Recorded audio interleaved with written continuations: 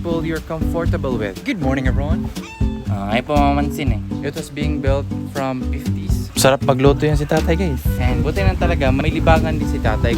Good morning, everyone. It's me again. So I'm actually gonna spend my Holy Week at my grandparents' house, guys. And yeah, like you have to spend it with people you're comfortable with. And also be connected to the nature. This is the nature. Wow. Like, whew. Also, guys, this is my old house. My grandparents' old house, guys. And also my house. Yeah. It was being built from 50s. At apakatagal na talaga. At nung bagyong Odette talaga, nasira talaga to. And also mga guys, yung lolo't-lola ko po mga guys, is gumagawa din po siya ng bahayan sa mga baboy. Ayan siya oh, bahayan ng mga baboy. And since Holy Week ngayon, bawal tayong kumain ng baboy or mga manok. Gagawa kami ng bilo-bilo. At saka, mag-ano din kami mamaya, buko juice. Yung tatay ko guys, nagluluto na po siya. Eto nga po siya oh. Yeah. Siya ito mag-vlog tayo. Kumain ka, kayo. Hi, vlog. Anong ginagawa mo tay? Ano to, inyo may pusto ni Kumande. Pakulain ko ba? Tsaka gagawa din kami ng lumpia guys. Sabi siya magpaksik na. Napilit mo na. So ayun guys, nagluluto na po si tatay. Ayun oh. Eto siya guys, is puso tong ng saging. Ayan.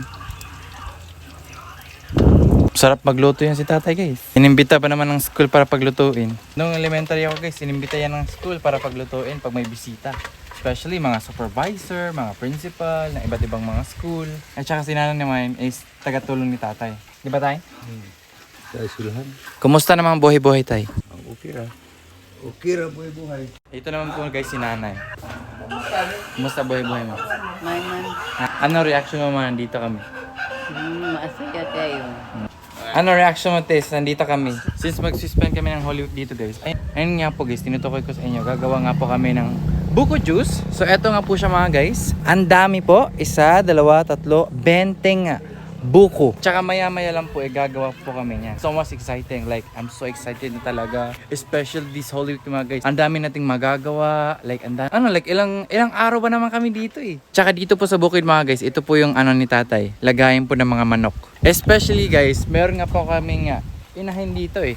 Ayun, no? Tsaka ito din naman siya. Ayan, yung mga manok dyan sa loob. Also, the chicks. Uy, ba't isa na lang yan? 3 yan ah. Ayan, isa na lang yung pong natira guys. Ay nako.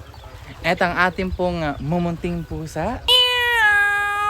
Ay po mamansin eh. Tsaka dito din po mga guys, ginawa to ng tatay para lagyan ng mga kambing. Kasi nag-decide siya na bibili siya ng kambing. Eto nga po siya guys oh.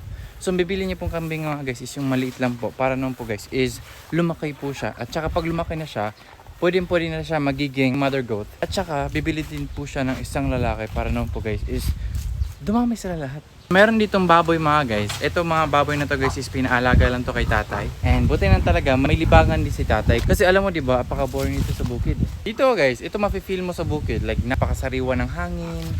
Ganon, marinig mo mga huni ng ibon, mga baboy, mga aso, mga naglalarong mga aso, pusa. Ang dami. Pati yung mga manok, andito. Ang dami mga manok ni tatay guys, kung alam nyo lang. At saka dito po sa bukid mga guys, yung ginagawa ko po noon, nung namumunga pa po yung mga mangga, is kumukuha ako dito. Yes. For example, hindi ako makabili dun sa Acacia or sa tindahan kasi ayoko, kasi malayo. Ay, kumukuha ako ng mga mangga dito. Ayun no. Napakadaming mga mangga dito guys. Tsaka kung wala pong mangga, pwede naman tayong kumuha ng mga saging dito. Kasi meron din naman tayong saging dito oh. Tsaka dito. Like, ang daming tanim na tatay tsaka nanay. Nakakamiss lang noon nung mayroon pa yung bahay dito. Kasi dito talaga ako naglalaro eh. Itong bahay na to guys, ang daming memories dito. Dito kami kumakain, dito kami natutulog, dito ako naglalaro. Dito ako nagpapa-invite ng mga kalaro ko. But ngayon, nasira na siya. So, sayang. But ngayon guys, buti naman ngayon po is nag-improve na po si tatay. Which is meron na po siyang bagong bahay dito. Though pinapagawa niya lang po ngayon. Yung sa harap mga guys is napakayos na. Yung sa likod na lang po hindi. Pero guys, aayusin niya ni tatay mga guys. Yes! Eto nga po siya mga guys, yung niluluto po ni tatay. Malapit na siyang maluto. Woo! And alam niyo po ba guys, yung lasa po ng puso ng saging is para siyang corned beef. Okay, sorry.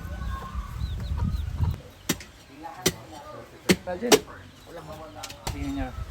Ano ba dyan ah? Tawag mo dito. Okay. Oo,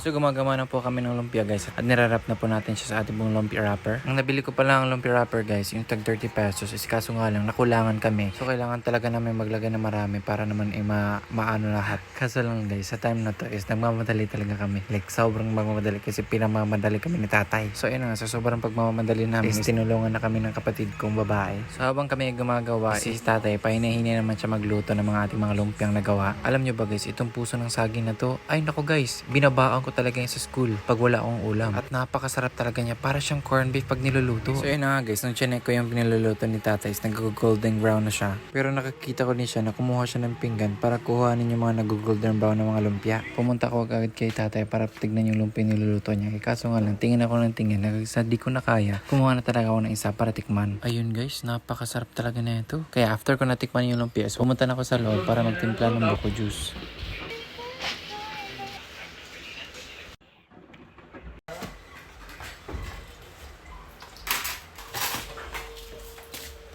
Wala yun, umuban.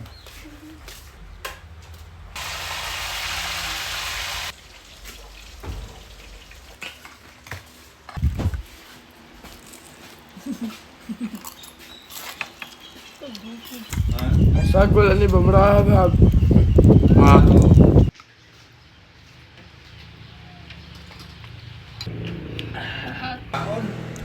Ha? Ay, kukunin yung mga magkaon. Kuman. Ano ba siya na iko? Oh, kunin na. Kunin na eh.